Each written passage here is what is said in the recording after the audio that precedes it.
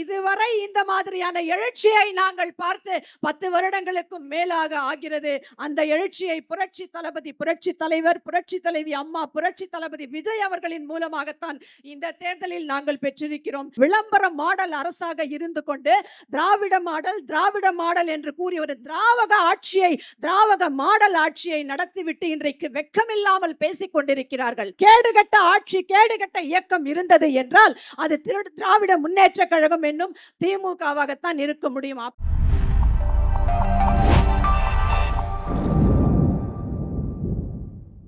ஒரு பட்டுப்புடவையை போல ஒரு மாபெரும் வெற்றியை இந்த இயக்கமும் நம்முடைய தளபதி அண்ணன் விஜய் அவர்களும் பெற்றிருக்கிறார்கள். அவர்களை பற்றியும் இந்த இயக்கத்தை பற்றியும் இங்கே அமர்ந்திருக்கக்கூடிய மக்களின் சேவகர்களாக வந்திருக்கக்கூடிய நமது அமைச்சர் பெருமக்கள் மற்றும் நிர்வாகிகளை பற்றியெல்லாம் ஓரிரு வார்த்தைகள் பேசிவிட்டு அமர்ந்து விடுங்கள் என்று கூறுகிறீர்களே, ஒரு பட்டுப்புடவையை எப்படி தீப்பெட்டிக்குள் மடித்து வைக்க முடியும் என்று நான் சிந்தித்துக் கொண்டேதான் வருகிறேன். எனவே என்னுடைய இந்த சிறிய உரையை இருந்தாலும் நேரத்தின் அருமை கருதி சுருக்கமாக முடித்துக் கொள்கிறேன். எங்கள் வளமும் எங்கள் வாழ்வும் மங்காத தமிழென்று சங்கே முழங்கு.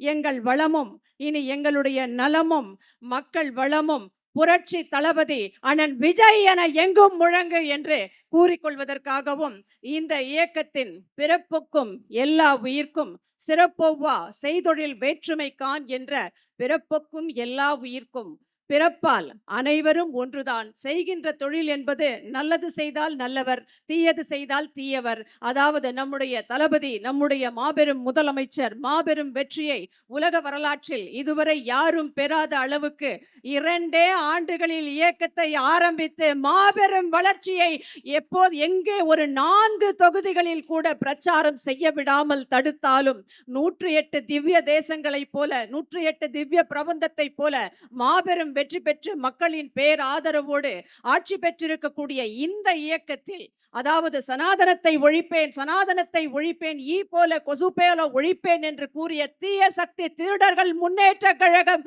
திமுகவை வீட்டுக்கு அனுப்பிய இந்த இயக்கம் இனி காலமெல்லாம் வெற்றி பெற போகின்ற புரட்சி தளபதி தமிழக வெற்றி கழகத்தின் இந்த இயக்கத்தில் என்னுடைய பணியும் ஒரு சிறு துரும்பாக இருக்க வேண்டும் என்று புரட்சி தளபதியின் கொள்கைகளினால் நம்முடைய அண்ணன் கழகத்தினுடைய பொதுச் செயலாளர் அண்ணன் பொதுப்பணித்துறை அமைச்சர் அண்ணன் புசி ஆனந்த் அவர்களுடைய அந்த சேவையை பார்த்து, நம்முடைய ஆதவ் அர்ஜுனா அண்ணன் அவர்களை பார்த்து, நான் இந்த இயக்கத்திற்கு வருவதற்கு மற்றொரு காரணம் அண்ணன் ஆதவ் அர்ஜுனா என்றால் அது மிகையாகாது. அவர் தன்னுடைய கருத்துக்களினாலும் தம்முடைய தீரத்தினாலும் தம்முடைய வீரத்தினாலும் இந்த வெற்றியை அவரும் சாத்தியமாக்கி இருக்கிறார். இது போல ஒரு இளைஞர்கள் நிறைந்த இயக்கத்தில் நாம் இதில் ஈடுபடுத்திக் கொள்ள வேண்டும் என்பதற்காகவும் நான் இந்த இயக்கத்தில் முதலில் சேர்ந்த போது நம்முடைய அண்ணன் பொதுச் செயலாளர் அண்ணன் அவர்களை, நம்முடைய ஆனந்த் அண்ணன் அவர்களை சந்தித்தேன். அவர் இன்முகத்தோடு வரவேற்றார். நம்முடைய அண்ணன் ஆதவ் அர்ஜுனா அவர்களை சந்தித்தேன். அவரும் இன்முகத்தோடு வரவேற்று, உங்களை போன்ற இளைஞர்கள் எங்கள் இயக்கத்திற்கு தேவை, மீண்டும் மீண்டும் வலுப்பெற்று வருகின்ற தேர்தல்களில் அது உள்ளாட்சி தேர்தலாக இருந்தாலும் பாராளுமன்ற தேர்தலாக இருந்தாலும் இனி வரப்போகின்ற எல்லா சட்டமன்ற தேர்தல்களிலும் தமிழக வெற்றி கழகம் அண்ணன் விஜய் அவர்கள் மாபெரும் வெற்றி பெறுவதற்கு நீங்கள் எல்லாம் வர வேண்டும் என்று சிறந்த வெற்றியை பெற்றிருந்தாலும் எங்களை எல்லாம் பணிவன்போடு அழைத்து அப்போது ஒரு வார்த்தை சொன்னார். அண்ணே, நான் ஆர்கே நகர் தொகுதியில் இருந்து வருகிறேன் என்று சொன்னவுடன், உங்களுடைய ஆர்கே நகர் தொகுதியில் ஒரு அருமையான வேட்பாளர், மக்களுக்கு உழைக்க வேண்டும் என்ற அர்ப்பணிப்பு எண்ணம் கொண்ட ஒரு வேட்பாளர் சகோதரர் மரிய வில்சன் அவர்களை உங்களுக்காக நான் கொடுத்திருக்கிறேன். அவர் ஒரு சிறப்பான ஒரு நல்ல மனிதர். அவர் எல்லாவற்றிற்கும் மேலாக மக்களை பற்றின மாண்பு உடையவர். உங்களுக்காக உழைக்க அனுப்பி இருக்கிறேன். எனக்கு மிகவும் சந்தோஷமாக இருக்கிறது. என்னுடைய அருமை சகோதரர் மரிய வில்சனோடு நீங்களும் போய் ஒத்துழைப்பாக செயல்படுங்கள் என்று கூறினார். எனக்கு மிகவும் மகிழ்ச்சியாக இருந்தது. ஒரு நல்ல அமைச்சரை, நிதி அமைச்சரை நாங்கள் தந்திருக்கிறோம் என்று கூறினார். எண்ணி பாருங்கள் சகோதரர்களே, ஆர்கே நகர் தொகுதி மக்களே, வடசென்னை வடக்கு கிழக்கு பகுதி மக்களே, நான் பேசுகின்ற ஆர்வத்திலே உங்கள் அனைவருக்கும் வணக்கம் சொல்லக்கூட மறந்துவிட்டேன் இந்த இயக்கத்தை பற்றி பேசுவதற்கு. இங்கே கூடி இருக்கக்கூடிய இந்த இயக்கத்தின் தமிழக வெற்றி கழகத்தில் அமைச்சர்களாக இருக்கக்கூடிய எனது அருமை சகோதரர்களே, அதே போல இன்னொன்றையும் நான் சொல்ல வேண்டும்.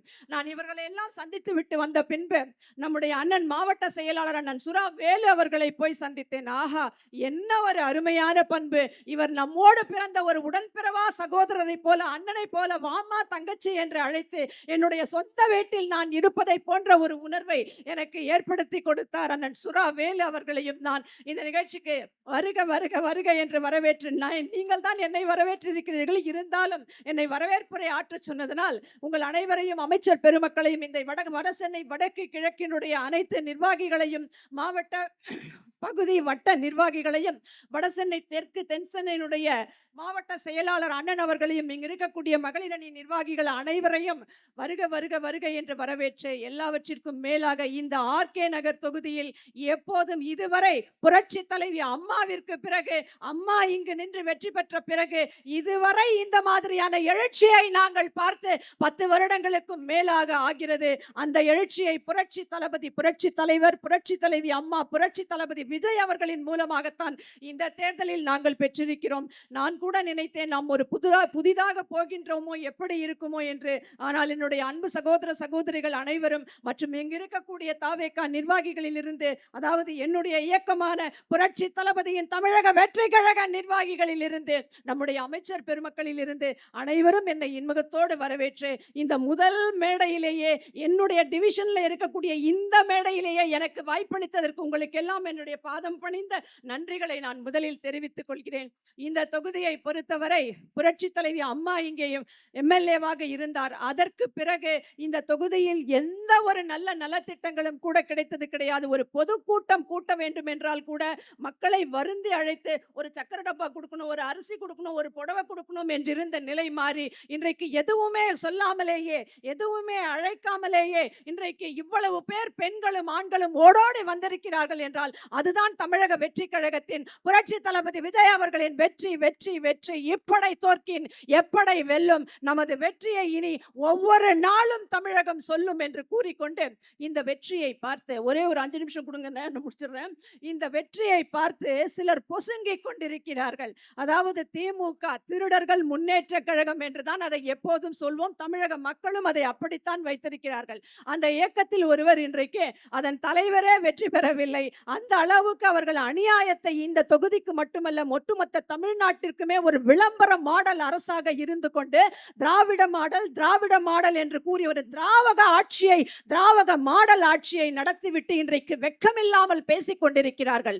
ஆட்சி வெற்றி பெற்று நம்முடைய தாவேகா புரட்சி தளபதி அண்ணன் விஜய் அவர்கள் எத்தனையோ பிரச்சனைகளுக்கு இதுவரை உலக வரலாற்றிலேயே ஒரு தலைவருக்கு பிரச்சாரம் செய்வதற்கு கூட ஒரு 4 மாவட்டத்திற்கு மேல் அனுமதிக்காத ஒரு கேடுகட்ட ஆட்சி, கேடுகட்ட இயக்கம் இருந்தது என்றால் அது திராவிட முன்னேற்ற கழகம் என்னும் திமுகவாகத்தான் இருக்க முடியும். அப்படி இருந்தாலும் இந்த மாபெரும் வெற்றியை பெற்று ஆட்சி அமைத்திருக்கிறார். ஆட்சி அமைத்து ஒரு 10-15 நாட்கள் கூட ஆகவில்லை. அவர் நன்றி சொல்வதற்கு போவதற்கு முன்பாகவே என்ன பேசுகிறார்கள்? ஐயோ இந்த ஆட்சியில் அப்படி ஆகிவிட்டது, ஐயோ இந்த ஆட்சியில் அப்படி ஆகிவிட்டது. காரி துப்புகிறார்கள், மக்கள் காரி துப்புகிறார்கள். என்னவென்று, உங்களுடைய ஆட்சியில் 4000 கோடிக்கு போதைப் பொருள் கடத்தப்பட்டது. யார் கடத்தினார்? திமுகவை சேர்ந்த அயலக அணி அமைப்பாளர். உங்களுடைய ஆட்சியில் இன்றைக்கு ஒரு மேயராக இருந்து கொண்டு ஆட்சியில் ஒரு எம்எல்ஏவை எப்படி மதிக்க வேண்டும் என்று கூட தெரியாமல் இருக்கின்ற அந்த மேயரை பார்த்து கேட்கிறார்கள். 4000 கோடி ரூபாய் மழைநீர் வடிகால் கால்வாய் ஃபர்ஸ்ட் பிரையாரிட்டைஸ் பேக்கேஜ் என்று ஆரம்பித்தார்கள். 4000 கோடியில் ஒரு ரூபாய் கூட எங்கே போனது என்று தெரியவில்லை. நம்முடைய பகுதியில் மழைநீர் வடிந்திருக்கிறதா? நம்முடைய பகுதியில் குடிநீரில் கால்வாய் கழிவுநீர் கலந்து வருவது நின்று விட்டதா? இவர்கள் ஆட்சியில் எதுவுமே நடைபெறவில்லை. 4000 கோடியை சுவாகா செய்துவிட்டு பத்திரிகையாளர்கள் கேட்கிறார்கள் அந்த மேயரை பார்த்து, என்ன அப்படி 4000 கோடியை ஒதுக்கினீர்களே, மழைநீர் இப்படி வழிந்தோடுகிறதே, மக்கள் சிரமப்படுகிறார்களே என்று கேட்கும் போது, இன்றைக்கு ஒரு மெழுகுவர்த்தியை ஒரு மக்களால் தேர்ந்தெடுக்கப்பட்ட ஒரு சட்டமன்ற உறுப்பினர் திருவிக நகர் தொகுதியில் இருக்கக்கூடிய பல்லவியிடம், நம்முடைய தாவேகா சட்டமன்ற உறுப்பினரிடம் அதை கொடுப்பதற்கு கூட மனதில்லாத அந்த மேயர் அன்றைக்கு 4000 கோடி என்ன ஆச்சு என்று கேட்கும் போது உடனே ஓடி வருகிறார் சேகர் பாபு. ஐயோ, அதுக்கு அந்த பாப்பா கிட்ட எந்த கேள்வியும் கேட்காதீர்கள், அது பாப்பா என்கிறார். அது பாப்பா என்றால் அதை ஏன்பா அப்புறம் மேயர் ஆக்கினீங்க? இப்படி வெட்கமில்லாமல் அன்றைக்கு கூறியவர்கள், ஓடி ஓடி அன்றைக்கு ஜால்ரா போட்டவர்கள், ஓடி ஓடி அன்றைக்கு சால்ஜாப்பு போட்ட அந்த மேயர் கேட்ட கேள்விக்கு பதில் சொல்ல வக்கில்லை. தம்மை தேர்ந்தெடுத்த மக்களுக்கு நல்லது செய்ய வழி இல்லை. 4000 கோடி போன இடம் தெரியவில்லை. ஆனால் இன்றைக்கு தாவேகாவை பார்த்து மேயர் முதல் எதிர்க்கட்சி தலைவராக இருக்கக்கூடிய உருட்டு உதயநிதி முதல் கனிமொழி வரை அத்தனை பேருக்கும் இன்னைக்கு நவத்வாரங்களிலும் உங்களுக்கு புகை வருகிறது. என்ன சொல்கிறீர்கள்? இந்த ஆட்சி முடிவுரை எழுதப்படும், இந்த ஆட்சி நாளைக்கு முடிந்துவிடும் என்று கூறிக்கொண்டிருக்கிறீர்களே, உங்களுக்கு வெட்கமாக இல்லையா? திமுகவினருக்கு எப்போதுமே வெட்கம், மானம், சூடு சொரணை எதுவுமே கிடையாது. ஆட்சி வந்த ஒரு வாரத்திலேயே இத்தனை குறைகளை கூறிக்கொண்டிருக்கிறார்கள். ஆனால் நான் முன்பே சொன்னது போல இந்த ஆட்சி எப்போதும் மீண்டும் பனமரத்துல வவ்வாலா தளபதிக்கு சவாலா என்பது போல இனி ஒவ்வொரு முறையும் தமிழக வெற்றி கழகமும் ஆர்கே நகரில் இருந்த கன்னியாகுமரி வரை, காசிமேட்டில் இருந்த கன்னியாகுமரி வரை நாம் மாபெரும் வெற்றி பெறுவோம். யார் என்ன கூக்குரல் இட்டாலும் சரி, கோட்டை போட்டா நம்ம தளபதி சிஎம், கோட்டை கழட்டினா அவர் மக்கள் தலைவர், அப்படித்தான் பேசுவார். மக்களின் ஆதரவு தமிழக வெற்றி கழகத்திற்கு இருக்கிறது. இனி நம்முடைய வெற்றியை யாராலும் தடுக்க முடியாது. இனி வரப்போகின்ற எல்லா தேர்தல்களிலும் தமிழக வெற்றி கழகம் விசில் தான் ஊதும். யார் என்ன வேண்டுமானாலும் பேசிக்கொள்ளட்டும். அதை பற்றி எல்லாம் நமக்கு கவலை இல்லை. போடா ஆண்டவனே நம்ம பக்கம்ன்ற மாதிரி தமிழ்நாட்டு மக்களே, உலகத்தில் இருக்கக்கூடிய அத்தனை தமிழர்களும் நம்ம பக்கம் என்பதை நினைவில் வைத்துக் கொண்டு நீங்கள் எதை பற்றியும் கவலைப்படாதீர்கள். உங்களோடு என்னை போன்ற அருமை சகோதர சகோதரிகள் நாங்கள் இருக்கிறோம். மேடையில் இருக்கக்கூடிய நம்முடைய ஆற்றல் மிக்க அமைச்சர்கள் அண்ணன்கள் இருக்கிறார்கள். இனி ஒவ்வொரு முறையும் இப்படை தோற்கின் எப்படை வெல்லும். மீண்டும் நம்முடைய வெற்றியை மீண்டும் மீண்டும் இனி ஒவ்வொரு நாளும் தமிழக வெற்றி கழகத்தின் சரித்திரம் சொல்லும் என்று கூறி நல்ல வாய்ப்புக்கு நன்றி கூறி அமைகிறேன். நன்றி, வணக்கம்.